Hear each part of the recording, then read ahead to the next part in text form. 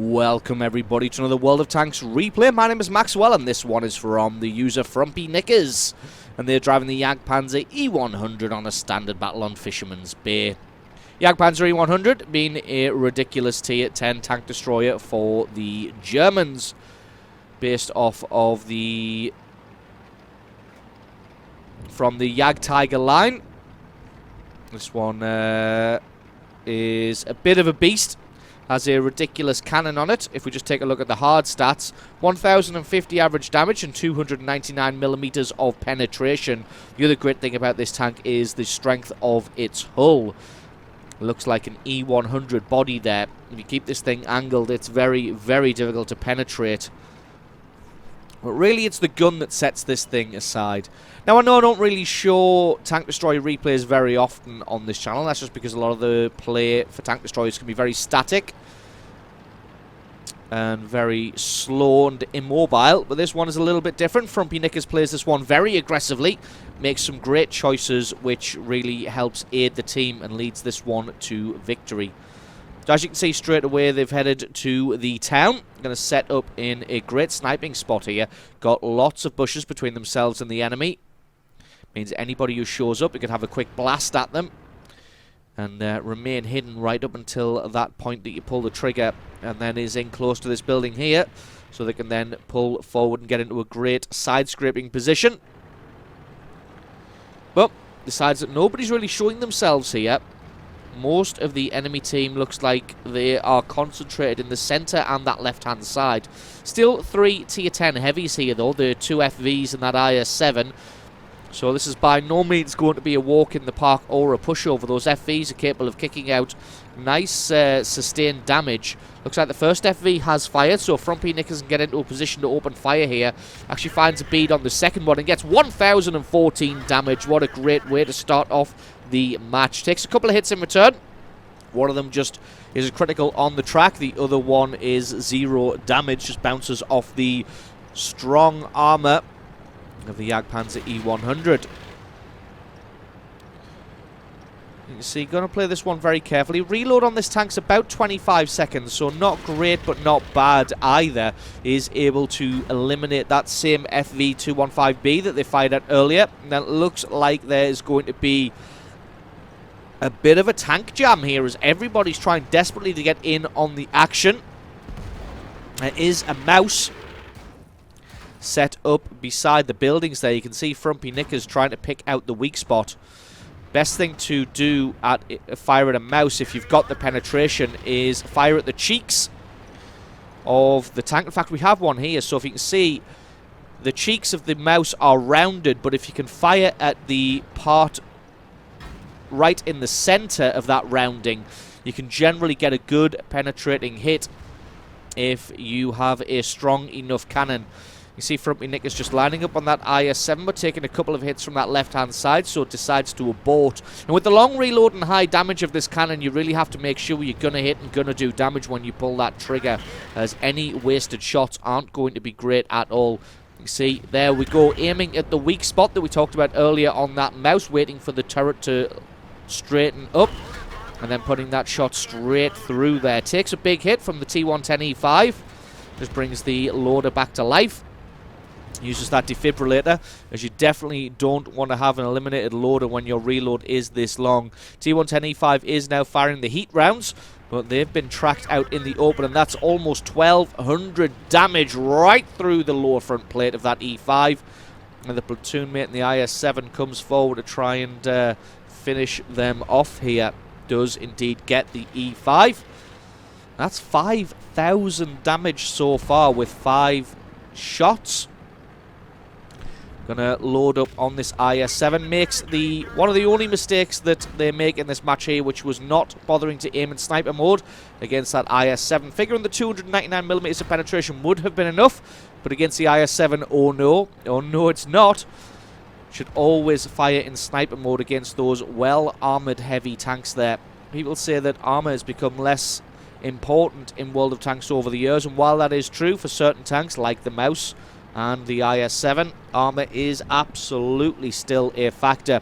So should always fire those shots in sniper mode.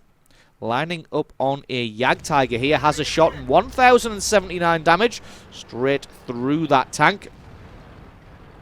Just going to play it carefully here. Platoon mate in the IS-7 does get eliminated in the centre, and like I said, the enemy team has concentrated a lot of forces in the centre and on this left-hand side. So this game is by no means in the favour of the Allies at the moment. It is completely even at 9 kills to 9. Going to try and pick out a hit on this Jagd Tiger, but looks like he just fades away. Going to have a blind shot there, because there's no other targets to present themselves just yet. That M46 pattern is playing pretty cagey against the FV215B.